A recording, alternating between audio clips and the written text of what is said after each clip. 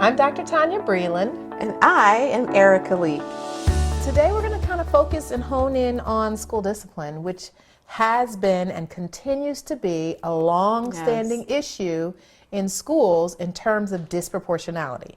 And by disproportionality, what we mean is, let's just say the school has 15% of their school population is black, but 75% of their discipline referrals are black, meaning it's not proportionate to the number of students that actually make up that population. You know, in my experience, I only needed to go to the in-school suspension and to see, you know, disproportionately, there were black boys sitting in in-school suspension.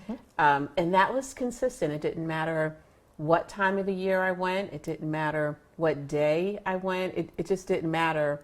Disproportionately, there were black and Latino boys sitting in school suspension. And this is in a school that, where I taught, it was just diverse. I mean, it was one of the things that I love and still love about that particular school community. But, you know, you only need really to look at, you know, sort of where are the spaces of discipline. And if you see more, you know, one group more so over another, I mean, that's your visual data, particularly if you're working in a school district. Yeah. Sadly, when we look at the data around discipline, and this is national data, so this is happening across this country, the students who are most disproportionately targeted and or referred for discipline issues are black boys first and black girls tend to be second. Sometimes Latino boys may be above the black girls.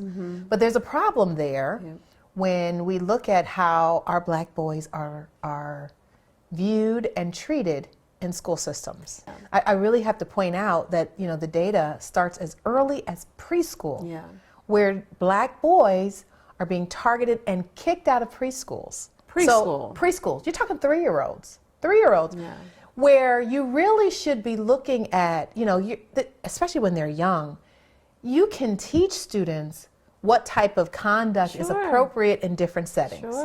But what often happens, they, you know, whomever is in charge, you know, the teachers or the principals are not thinking about teaching.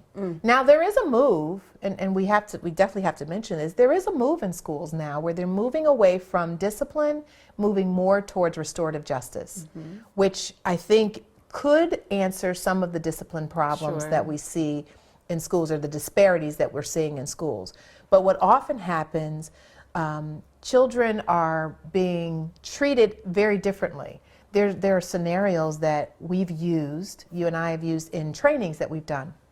And it often sends teachers into an uproar when we present it. One is with 2 young children, and you know, one is black, one is white. And these are actual scenarios that an author observed and documented in his book. I think it's H. Richard Milner. Yes. And so, you know, in the scenario, one of the scenarios, there are 2 children in a learning center, and you know, one of them, the white boy takes over the job of the black boy in that center. The black boy then, you know, goes and, you know, tries to rectify the situation. When they end up getting in trouble, the black boy is the one that is targeted and loses his recess. And when we present that oftentimes to groups of teachers, we've heard things like, well, you don't know whether or not the little black boy was a troublemaker in the first place. You don't know what kind of kid he is. Right. Yeah. As though they're making the excuses for why he should be targeted, not looking at the actual scenario itself. Right. But that happens all the time. You know, it's like, this is a perpetual issue here. And it really causes us to have to stop and say, why? Why is this an issue? But it really means, it's not you and me having to ask that question. It's really the educators in the classroom who are kicking our black and brown kids out, needing to ask themselves the question, why? You know, why are they doing this? Why, what's behind, how they respond to our kids. One of the suggestions that we give is something I think we saw maybe in Zaretta Hammond's book. It's just like this log of interactions.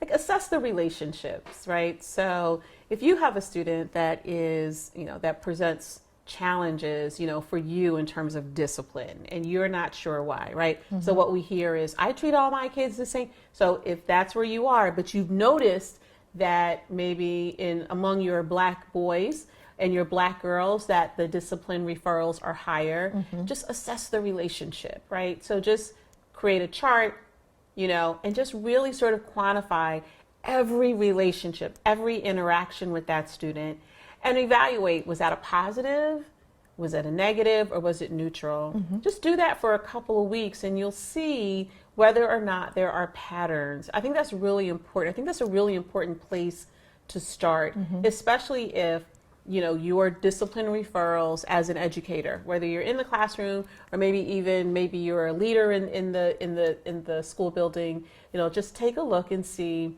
the extent to which the discipline referrals are equitable. But start with the relationships. Yeah, start that's with the huge. Interactions. That's huge. And I think that if they do that, maybe discipline wouldn't be such a problem. Yeah, I agree. And that doesn't seem so hard. Does it?